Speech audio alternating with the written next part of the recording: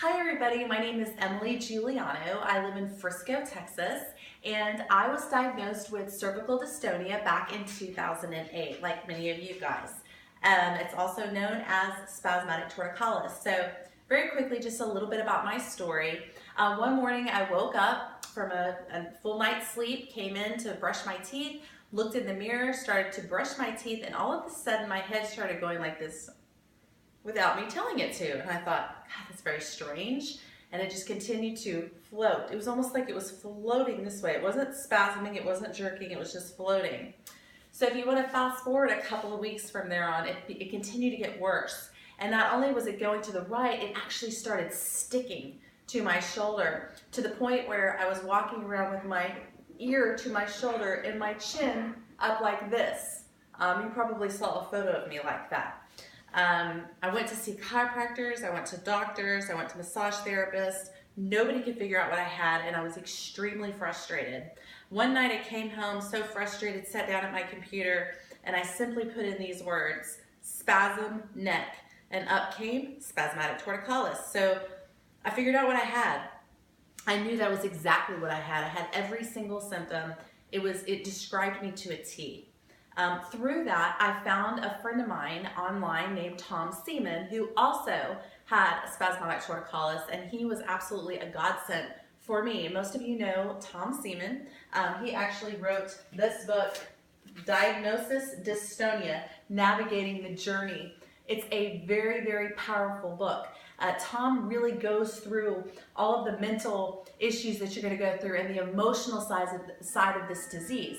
When you first find out that you have this, it can be quite scary. I was very depressed. I never had suicidal thoughts, but I know that many people in our group have. I came to the realization that it wasn't going to be life-threatening. However, working with Tom for that full year, I got the pleasure of working with him one-on-one. His book wasn't out yet at that time, but he has tons and tons of materials and information in here that can really help you and navigate the journey for you.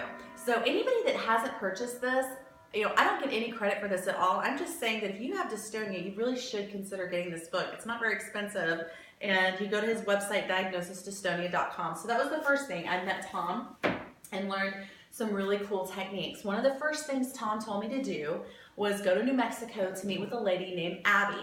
Abby runs a clinic called stclinic.com. It's the ST Clinic. Abby believes in exercises and stretching. She believes that your muscles can realign by simply elongating the muscles from the back of the head and doing different stretches that will elongate those muscles. So in Abby's clinic, there's no Botox or medication. It is all natural. It does take work, but if you work the program, it really, really works. She also offers a long distance program where you can buy that if you don't want to go to New Mexico. And it offers you DVDs and all of the materials. So that was really, really good. I did that in 2008, and that really did start to help me. I also started getting Botox. Now, Botox helped a little bit, but soon thereafter, I met my husband, got pregnant, and could not do Botox anymore. And at that point, I started taking a product called ASEA. Now, ASEA contains molecules. This is not nutritional. This is not a juice. This is not a vitamin. This product is actually a science technology, and it contains molecules that enhance the signaling and communication inside of your cells. It activates your body's natural ability to heal itself. It's absolutely amazing, and it really helped me. Another thing that I did was I started doing the Paleo Diet. I don't know if you guys have ever heard of that, but you should Google it. It eliminates sugar, it eliminates grains, and it eliminates dairy. Anything that stresses the body, caffeine, nicotine, alcohol, anything like that. And that's another thing. Let me just mention quickly about alcohol. Alcohol was kind of a love-hate relationship I had with it because it would temporarily help me with the spasms, but then the next day I would go through detox and it would actually make the spasms worse. One of the things that I would do, just some tips and tricks for me, is that I really enjoyed using heat and ice. So I would ice for 15 minutes and then I would use heat for 15 minutes. Now, I'm not a doctor. I don't claim to know anything. I'm just sharing with you what helped with me. I also picked up some sensory tricks. I'll show you. One of the things that I do whenever I go on a walk or exercise is quite oftentimes I'll take a pen and I'll stick it between my teeth. somehow when holding a pen in between my teeth, it helps to keep my head straight. Now you're probably thinking to yourself, Emily, your head is really straight right now. You don't look like you had ST. Well, let me tell you something. I do have it, and I do still have bad days. I do still have times where the tremors are pretty bad. I do find it sometimes very difficult to turn to my right. So I definitely do still have bad times, but I believe that the combination of these things that I'm talking about really, really helped.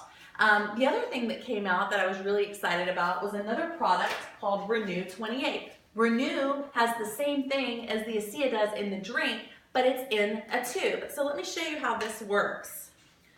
You simply take out about a dime to quarter size of the Renew 28, and these are all molecules. They will go straight to the blood, and they will send the communication signals inside of your cells. So I'm going to rub these right here under the base of my skull. As you can see, I'm going to give them a good rub all back in here on the sides of my neck. Right here is where I have my main muscle spasms, right in here. Again, it's all coming from the back, which is coming from the brain.